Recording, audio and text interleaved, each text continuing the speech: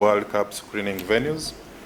As you are all aware, the 2022 FIFA World Cup tournament is slated to commence on the 20th of this month in Qatar. But for proprietors of entertainment places like bars, nightclubs, restaurants, open-air eating joints, it is a major opportunity for them to attract customers who want to watch live matches from the 20th of November that will culminate into the final on the 18th of December 2022. While there are no specific threats identified, it is important that premises consider the risk from those intent on causing wide-scale harm and panic amongst fans, football fans, and well-wishers. Several hangout spots and venues remain attractive to terrorists who seek to attack publicly accessible locations where large numbers of people gather. But with the previous attacks we had in Komamboga, it also shows that soft spots with fewer people are also targeted as a philosophy.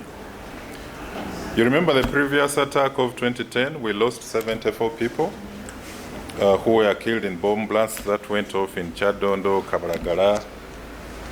And this shows that football watching venues are potential areas of terror attacks.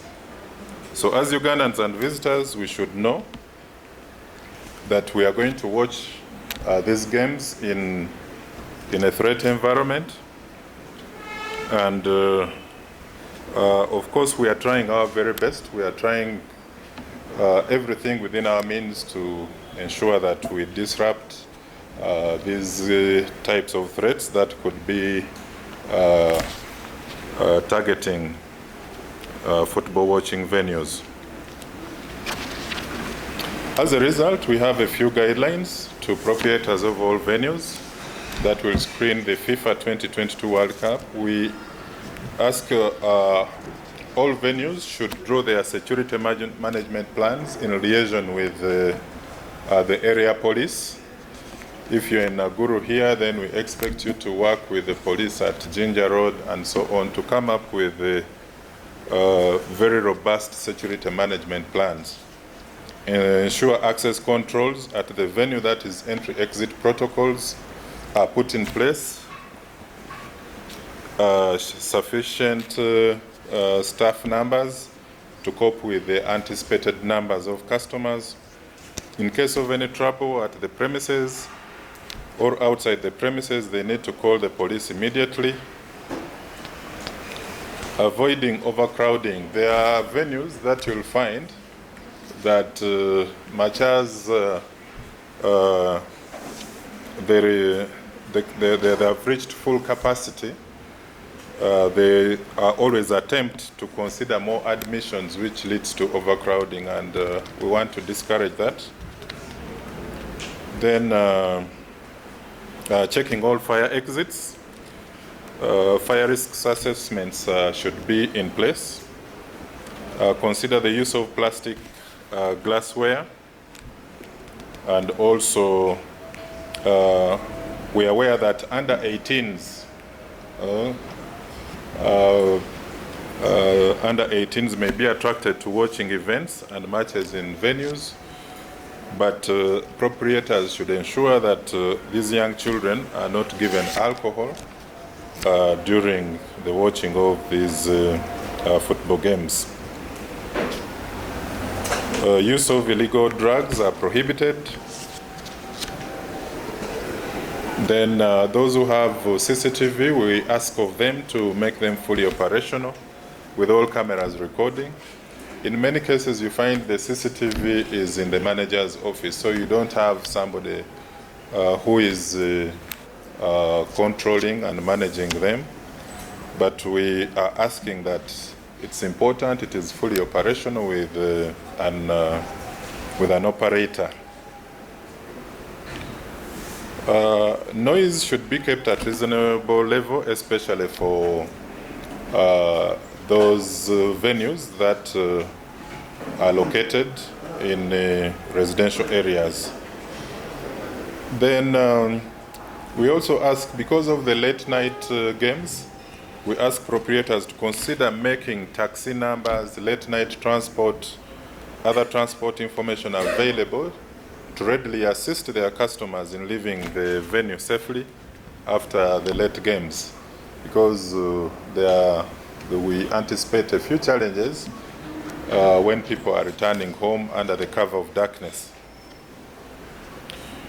In addition to that, they should regularly ensure their counter-terrorism measures are reviewed and that staff are made aware of the signs to look out for, especially suicide bombers or suspicious movements of suicide bombers. In addition to that, the fact that we still have COVID-19 and Ebola, we ask of them to follow the health and safety protocols and report any suspicious behavior without any delay.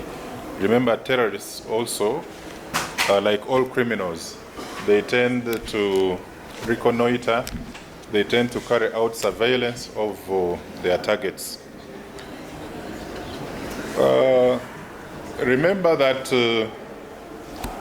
we are privileged that government through UBC will be screening these live matches for those who can't go out to these nightclubs and other social entertainment venues.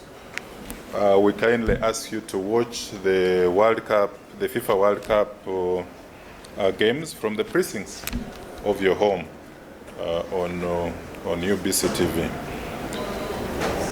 We are very serious with these guidelines we are giving out, and we want to continue reminding the public that it is important to look at suspicious behaviors, especially of suicide bombers. There are certain characteristics of suicide bombers that we shared the other time, and we want to continue reminding the public to basically watch out for the following type of behaviors.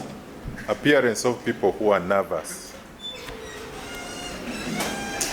People who have focused intent and vigilance, where the focus may result into no response. Person is so focused on the target. Avoidance behaviors towards authority.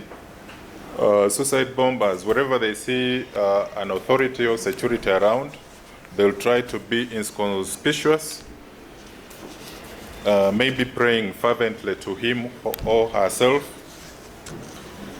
and walking deliberately towards a specific target or object.